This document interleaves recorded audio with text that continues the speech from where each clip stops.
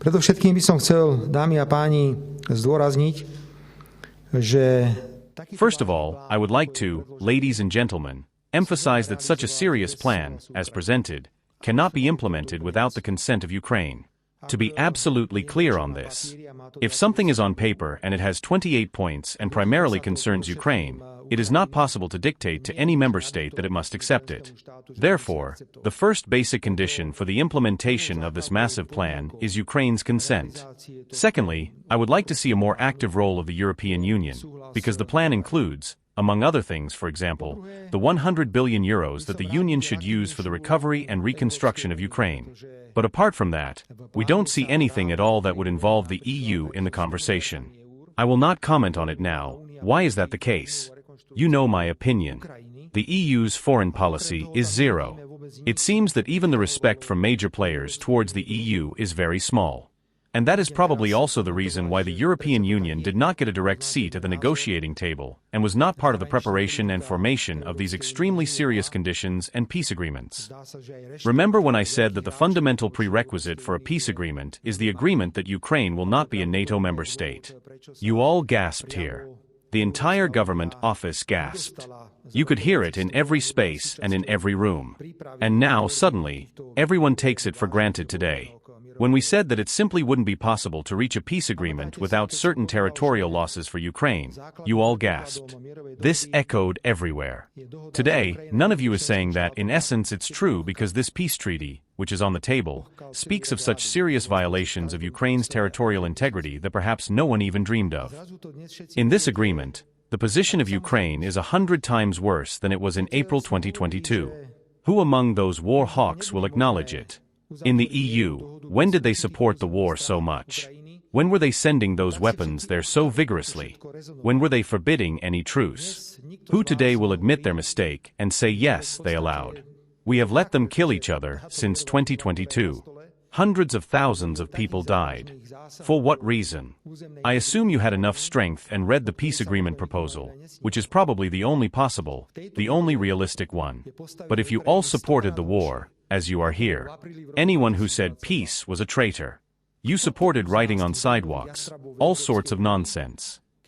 And I will be raising this question, ladies and gentlemen, and especially I will ask first, 177 billion euros were sent by Europe to Ukraine during the duration of the war. How much of that was stolen by the Ukrainians? How much of it was subject to corruption? Scandals? Now Europe is being asked again to find another 140 billion for the next 2 years. Do we have an obligation to send more money to Ukraine if we know about the massive corruption?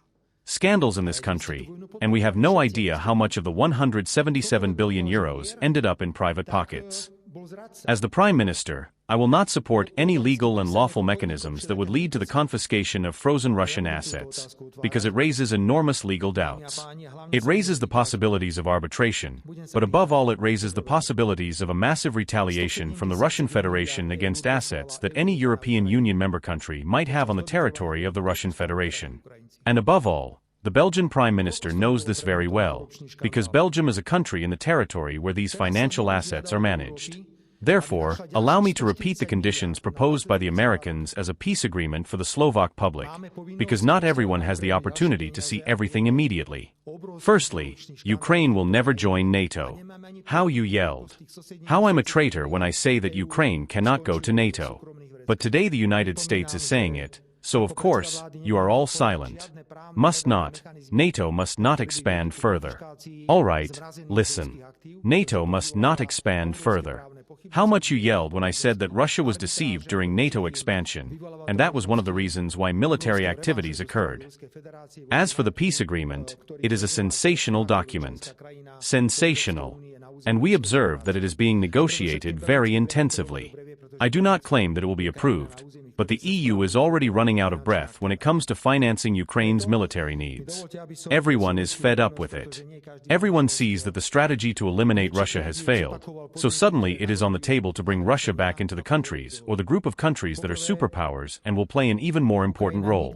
If this plan is signed, Russia will emerge from this war as a total winner. And Russia will emerge from this war, of course, extraordinarily, morally, and economically strengthened. They mentioned a peace plan for Ukraine. So how do you perceive yesterday's words by the State Secretary of the Ministry of Defense, Mr. Meliker, about Ukraine being under Russian control? Can I say, or can I not say, that Ukraine was under total American influence? Can I say that? Or is that also forbidden? Well, that's a fact. When you went to the Ministry of Defense, you mainly found American military advisors there.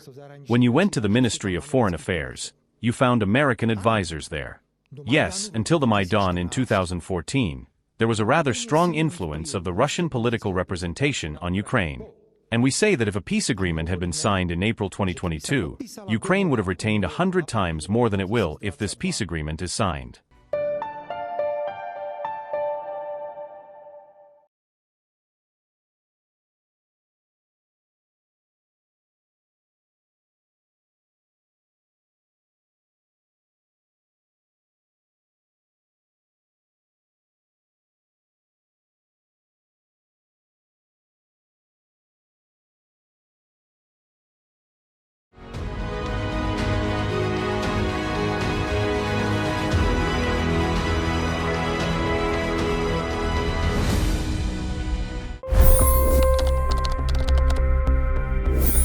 $25 crore गरीब गरीबी को परास्त करके बाहर निकले। For the good of our nation, let's work together and let's truly make America great again. The fastest news breaks. Requested PM saying that look, you will have to speak to Putin and to Zelensky. The biggest news makers. The relationship with India is probably the most important bilateral relationship the U.S. will have for the rest of this century. The capital delivered quite an election result today. Expert analysis. The million-dollar question today is how to stop this dance of death. Ground reports. I'm standing at the crossroad of the Kumbh Mela. Behind me are more than 100 entry ghats.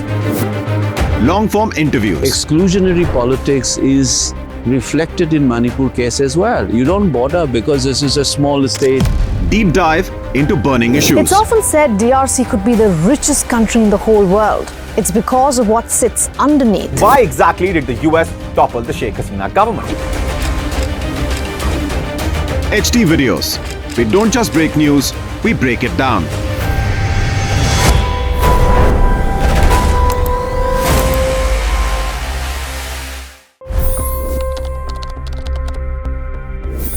$25 crore गरीब गरीबी को परास्त करके बाहर निकले।